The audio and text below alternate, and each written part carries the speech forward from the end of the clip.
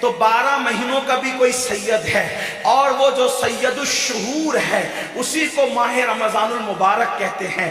اب آپ مجھے بتائیں مسلمانوں، بتاؤ، انسانوں کے سید کا احترام تو کر رہے ہو، نبیوں کے سید کے احترام بھی کرنے کی بات کرتے ہو، اللہ اکبر، ولیوں کے سید کے لیے کہتے ہو تجھ سے در اور در سے سج، سج سے ہے مجھ کو نسبت، میری گردن میں بھی ہے دور کا ڈورا تیرا۔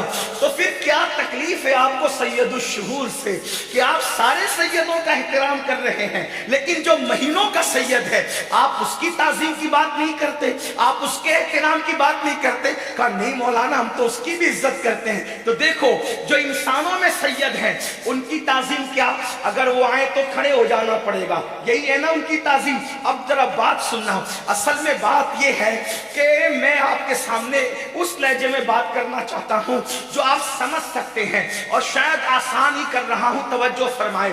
انسانوں میں سید آئے تو آپ کو کھڑے ہونا ہے، بلکہ حضرت سیدنا مخدوم اشرف جہانگیر سمنانی کے خلیفہ ہیں حضرت قاضی شہاب الدین دولت آبادی، آپ اپنی کتاب تفسیر میں لکھتے ہیں کہ اللہ کے رسول علیہ السلام نے فرمایا تمہارے درمیان کوئی بھی آ جائے تمہاری مرضی پہ چھوڑتا ہوں، کھڑے رہو یا بیٹھے رہو، لیکن فرمایا جب میرے خاندان کے لوگ آیا کریں تو ان کے لیے اٹھ کر کے کھڑے ہو جایا کرو۔ امام المتکلمین علامہ نقی علی خان جو اعلیٰ حضرت کے والد ہے تفسیر علم نشرہ میں لکھتے ہیں کہ اللہ کے رسول علیہ السلام نے فرمایا جو میری اولاد کو دیکھ کر اٹھ کے کھڑا نہ ہوگا اللہ اسے لا علاج بیماری میں مبتلا کر دے گا۔ اللہ اکبر، یعنی حضور کے خاندان کے فرد کو دیکھ کر اگر کھڑا نہیں ہوا انسان بلا عذر شرعی، گھمنڈ کی بنیاد پر، اللہ اکبر، یا سستی کی بنیاد پر یا غفلت کی بنیاد پر، یعنی تعظیم کے لیے کھڑا نہ ہو، تو آقا فرماتے ہیں لا علاج بیماری میں مبتلا کر دیے جاؤ گے۔ پتا چلا امت کو لا علاج بیماری کا علاج مدینے کی سرکار سے مل گیا، لا علاج بیماری سے بچتے جاؤ گے۔ خاندان نبوت کے لیے احترام سے کھڑے ہونا سیکھ لو، اللہ تمہیں ہر لا علاج بیماری سے محفوظ فرما دے۔ لیکن بات یہ ہے کہ حضور کے خاندان کے جو لوگ ہیں سید ہیں ان کی تعظیم کھڑے ہونے میں، پھر آپ ہاتھ بھی چھومتے ہیں، نظر بھی پیش کرتے ہیں، تو لیکن جو شہروں کا سردار، جو مہینوں کا سردار ہے، سید الشہور ہے، اس کا احترام کیسے؟ اس کے لیے کھڑے ہوں گے تو وہ دکھتا ہی نہیں، اس کے لیے کیسے کھڑے ہوں؟ اس کا کوئی ہاتھ ہے جو ہاتھ چومے؟ اس کو جو نذرانہ دینا ہے؟ تو ہر ایک کی تعظیم جدا جدا ہے۔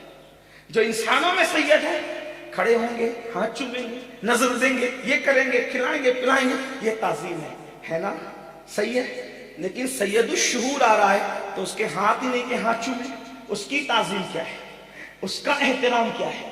تو اس کا احترام یہ ہے کہ اس کا خیال کرتے ہوئے آدمی گناہ ترک کر دے، یہ اس کا احترام ہے۔ اگر سید کا احترام نہ کرو تو لا علاج بیماری ہے، امام المتکلمین حدیث لکھ رہے ہیں ادھر، اور اگر سید الشہور کا احترام نہ کرو تو سیدھا ایمان ہی خطرے میں ہے۔